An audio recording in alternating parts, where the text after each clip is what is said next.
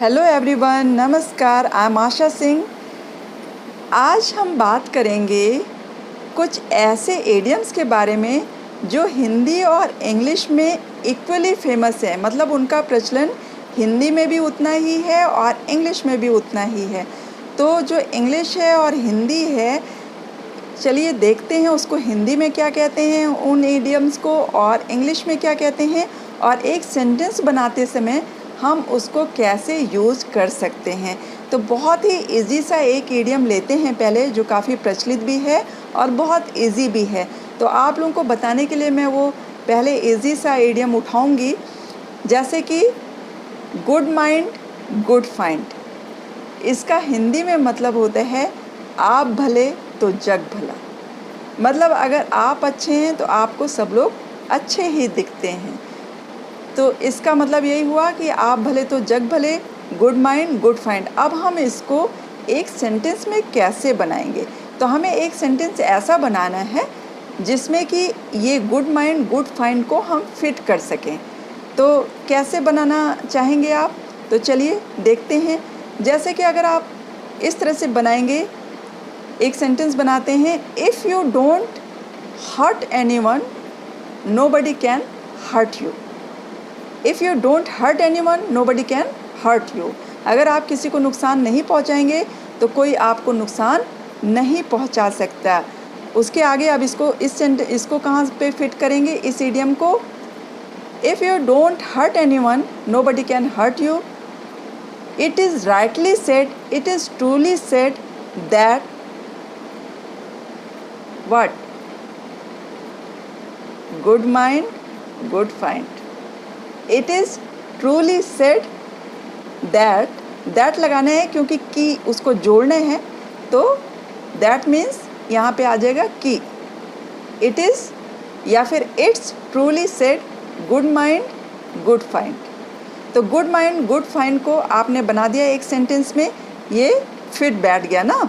क्योंकि आपको क्या कहना है कि अगर आप किसी को हर्ट नहीं करेंगे तो आपको कोई हर्ट नहीं कर सकता, कोई आपको नुकसान नहीं पहुंचा सकता, कोई आपके दिल को नहीं दुखाता। अगर आप किसी दूसरे के दिल को नहीं दुखाएंगे तो कोई आपके दिल को दुखा नहीं सकता।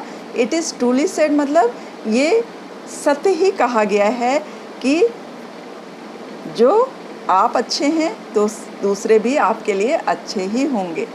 तो इस इडियम को हमने इतने छोटे से गुड माइंड गुड फाइंड को इस जगह पे सेट कर दिया, और ये सेंटेंस कितना अच्छा लगा। अब हम पूरा सेंटेंस बोलेंगे। बोलिए आप मेरे साथ साथ, क्या? If you don't hurt anyone nobody can hurt you. It's truly said that good mind good find. ठीक, इस सेंटेंस को आप ऐसे घर में बार बार प्रैक्टिस कीजिएगा। ठीक, एक तो ये प्रैक्टिस कीजिएगा जिससे कि आपकी टंग थोड़ी साफ़ हो। रोज़ एक सेंटेंस 2 सेंटेंस आपको बोलना ही है। और एक चलिए और हम इडियम ट्राई करते हैं सेंटेंस बनाने के लिए। कौन सा है वो idiom? An empty vessel sounds much. An empty vessel sounds much. इसका क्या मतलब होता है? हिंदी में तो इसको क्या बोलते हैं? थोथा चना बाजे घना। मतलब कि जो खाली चना होता है, जिसके वो सूख जाते हैं अंदर का बीज, वो बहुत ज़्यादा बचता है। और इसको एक और हिंदी में कहावत है इसके बारे में, इस इंग्लिश के बारे में, जो अभी मैंने आपको इंग्लिश का सेंटेंस बताया, an empty vessel sounds much. तो इसका मतलब होता है कि अध जल गगरी छलकत जाए। जिसको कम ज्ञान होता है वो लोग बहुत ज़्यादा बोलते हैं, जिससे लोगों को लगे कि उनके पास ज्ञान बहुत ज़्यादा है। तो जिनके पास, इसका सीधा सा मतलब है, जिनके पास कम ज्ञान होता है वो लोग बहुत ज़्यादा दिखाने की कोशिश करते हैं कि उनके पास ज्ञान बहुत ज़्यादा है। ज्ञानी मनुष्य तो कभी बहुत ज़्यादा नहीं बोलते, वो अपने ज्ञान से भरे होते हैं और चुपचाप बैठे होते हैं। और जिनके पास कम ज्ञान होते हैं वो दिखाने की बहुत कोशिश करते हैं कि उनके पास बहुत ज़्यादा ज्ञान है। तो इसको क्या कहते हैं? An empty vessel sounds much. अब हम कैसे इसका एक सेंटेंस बनाएं कि ये आ जाए उसमें, और फिर आप जैसे अभी हमने पहला वाला सेंटेंस बनाया था ना, उसी तरह से मिलता जुलता कुछ सेंटेंस बनाइए जिससे कि आप इसको फिट बैठा सकें। तो कैसे बैठाएंगे? शी इज़, चलिए बनाते हैं। शी इज़ फुलिश, वो एक मूर्ख है। चाहे अब शी बोल रहे हैं तो मतलब लड़की के लिए ही बोल रहे हैं। वो एक मूर्ख लड़की है। शी इज़ फुलिश, आपने बता ही दिया कि वो मूर्ख है, मतलब वो मूर्ख लड़की है। शी बोल दिया मतलब वो लड़की है। शी इज़ फुलिश बट वो एक्ट करती है। एक्ट्स, जब एक्ट करेंगे एस लग जाएगा क्योंकि करती है। शी एक्ट्स क्या? मच, वो बहुत ज़्यादा दिखावा करती है कि उसको बहुत कुछ आता है। She is foolish but acts much. या फिर आप ऐसा लिख सकते हैं, शी डजंट नो एनीथिंग, ऐसा बोल सकते हैं। She doesn't know anything but shows much.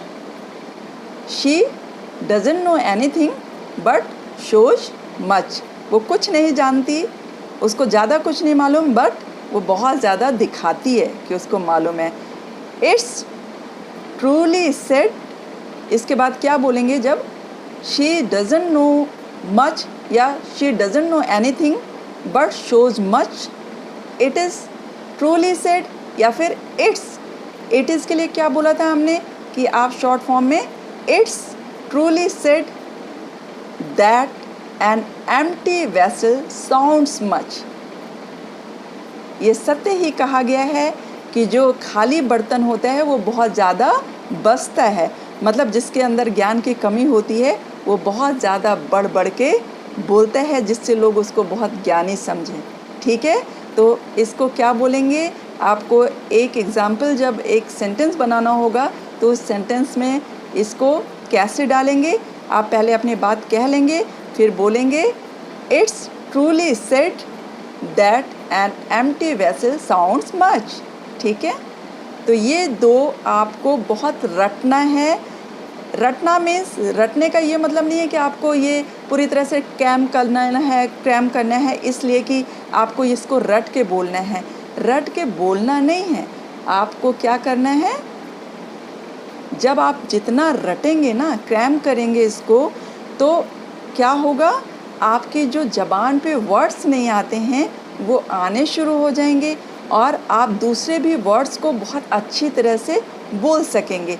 इसलिए इन चीज़ों को, आपको कुछ चीज़ों को रटना पड़ेगा, इसलिए नहीं कि आपको वो मेमोराइज़ करना है, उसको मेमोराइज़ नहीं करना है, लेकिन उसको बार बार बोलना है अपने टंग से, जिससे कि आपकी ज़बान को उसको बोलने की आदत पड़ जाए। जब आपकी टंग को इन वर्ड्स को बोलने की आदत पड़ जाएगी तो आप किसी भी तरह के वर्ड्स को आसानी से बोल सकेंगे। तो आज के लिए इतना ही। आप लोगों को ये दो इडियम्स जो आज मैंने बताए हैं उसकी प्रैक्टिस घर में ज़रूर करना है, जिससे कि जब नेक्स्ट क्लास हो हमारी तो आपकी जो इंग्लिश है, जो ज़बान है, जो टंग है, वो थोड़ी पहले से जो अभी सिचुएशन है इससे साफ़ हो चुकी हो, कुछ इंग्लिश वर्ड्स आपके टंग पे आने शुरू हो चुके हों। तो आज के लिए बस इतना ही। मिलते हैं फिर किसी और वीडियो में किसी और टॉपिक के साथ। तब तक के लिए बाय बाय, टेक केयर।